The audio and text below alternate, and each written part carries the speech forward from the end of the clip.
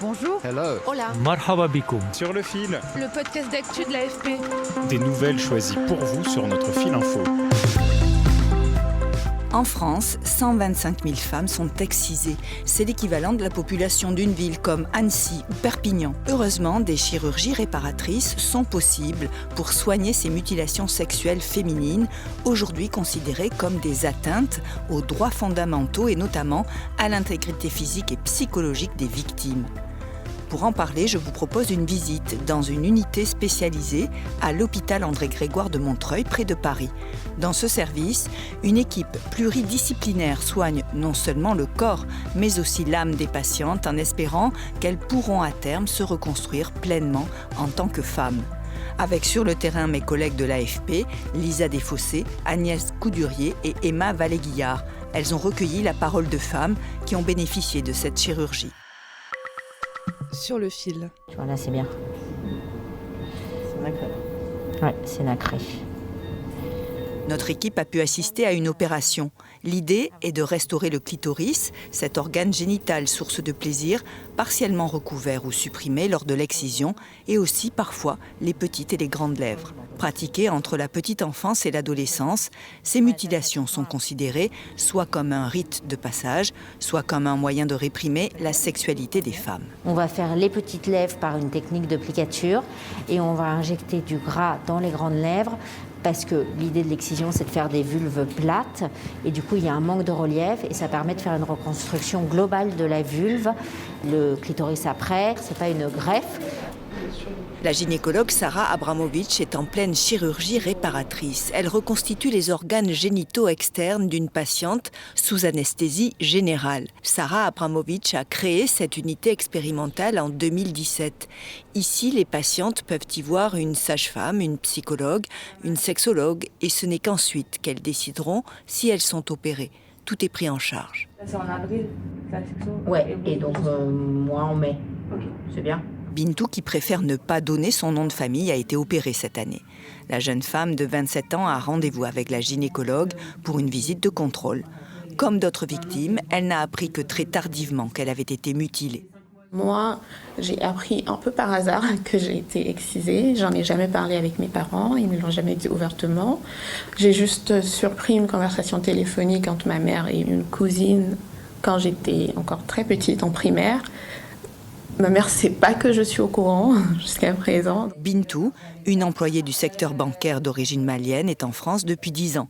Elle a pu bénéficier d'un parcours sur plusieurs mois avant de se décider pour une chirurgie.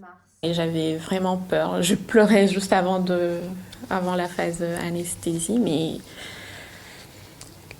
franchement, les infirmières, les anesthésistes, ils m'ont tous beaucoup rassurée. Enfin, ils étaient vraiment aux petits soins à chaque fois et c'était très très rassurant pour le coup. Avant l'intervention d'une demi-heure environ, la chirurgienne a bien expliqué à Bintou en quoi consiste l'opération à l'aide de différents modèles de vulve et de clitoris en plastique. L'opération est facile, selon la spécialiste, basée sur les mêmes techniques que les chirurgies de changement de genre. Parce qu'on reprend le clitoris qui était à l'arrière, c'est pas une greffe, donc les patientes ont à nouveau des sensations. Et sur un plan esthétique et anatomique, retrouve une vulve normale, c'est pas le bon terme parce qu'il n'y a pas de normalité sur un plan esthétique et sur un plan vulvaire, mais qui est en tout cas fonctionnelle et qui ressemble à ce qu'elle était si elle n'avait pas été excisée.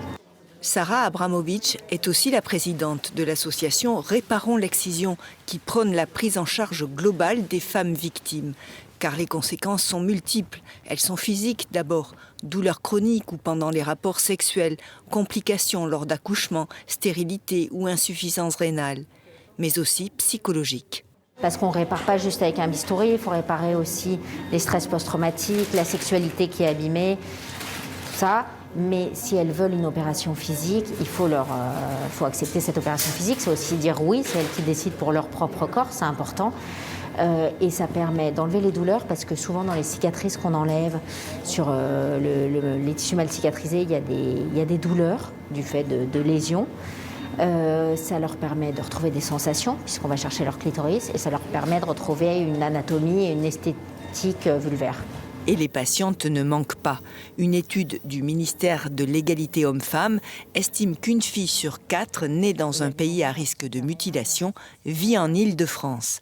Et dans la région, la Seine-Saint-Denis, où se trouve son unité, concentre beaucoup de cas, avec une importante population immigrée et originaire de pays d'Afrique de l'Ouest et centrale, où l'excision est pratiquée. Selon l'Organisation mondiale de la santé, une trentaine de pays pratiquent encore l'excision, en Afrique, en Asie et au Moyen-Orient. Que douleur en post-op, c'est normal parce que c'est une opération, mais là, avec le traitement correspondant, vous n'êtes pas censé avoir mal.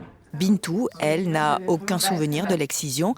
Elle imagine qu'elle était encore un bébé au Mali. Aujourd'hui, si on ne pratique plus l'excision en France, les petites filles peuvent être mutilées à l'occasion d'un séjour dans le pays d'origine de leurs parents pendant les vacances. Je leur dis à toutes que c'est leur choix, que c'est elles qui décident pour leur corps et que personne n'a à leur imposer quoi que ce soit. Pour une fois, c'est leur décision. Je leur dis aussi que l'opération marche très bien, mais que le plaisir, c'est aussi dans la tête, que le clitoris, c'est pas un bouton on-off, et que c'est pas parce qu'on a un clitoris qu'on grimpe au rideau à chaque fois. Comme Bintou, 200 femmes environ suivent le parcours de soins chaque année à l'hôpital de Montreuil, et la moitié se fait opérer. L'unité espère pouvoir en accueillir 1 millier pour ce parcours intégral qui va être testé pendant 3 ans et qui pourrait ensuite être généralisé en France si l'expérimentation est validée. Les bilans de sexologie et de psychologie, assistante sociale ou encore groupe de parole, toutes les étapes du parcours sont couvertes par la sécurité sociale et non plus seulement l'opération. La gynécologue s'en félicite. C'est un très bon début, c'est-à-dire qu'en effet, c'est amené à être un plan national dans les suites. Pour le moment, c'est un plan francilien. L'excision fait partie des violences sexuelles. On parle de plus en plus des violences et des violences sexuelles et du coup de l'excision. Plus on en parle, mieux c'est, plus ça sensibilise, plus on peut former les professionnels, plus on peut prendre en charge les patientes. Et c'est ce qu'il faut. Maintenant, on n'est pas au bout de nos peines.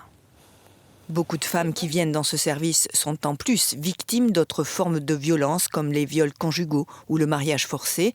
En France, les mutilations sexuelles sont considérées comme des délits, voire des crimes, s'il y a une circonstance aggravante, comme le fait de les pratiquer sur des mineurs. Et elles sont punies par 10 ans d'emprisonnement et 150 000 € d'amende, une peine qui peut atteindre 20 ans de réclusion lorsque l'auteur est parent de la victime, enfant. Bonne journée. Merci vous aussi. Et à 27 ans, avec quelques semaines de recul depuis l'opération, Bintou a enfin le sentiment de prendre sa vie en main. Ça va, mais plus mentalement en fait. Je me sens libérée de quelque chose, donc je pense que c'est vraiment la première sensation quand on se réveille de l'opération. Enfin, c'est fini, c'est autre chose qui commence quoi. C'est un peu comme une nouvelle vie et je suis contente de l'avoir décidé toute seule, de ne pas avoir consulté qui que ce soit, de ne pas avoir demandé, de ne pas en avoir parlé avec mes parents, de l'avoir décidé parce que d'un côté c'était un peu une revanche parce que quand j'ai été excisée on ne me l'a pas demandé non plus. Merci de nous avoir écoutés. Si vous avez aimé cet épisode, alors n'hésitez pas à vous abonner. Je suis Emmanuelle Bayon. À très bientôt.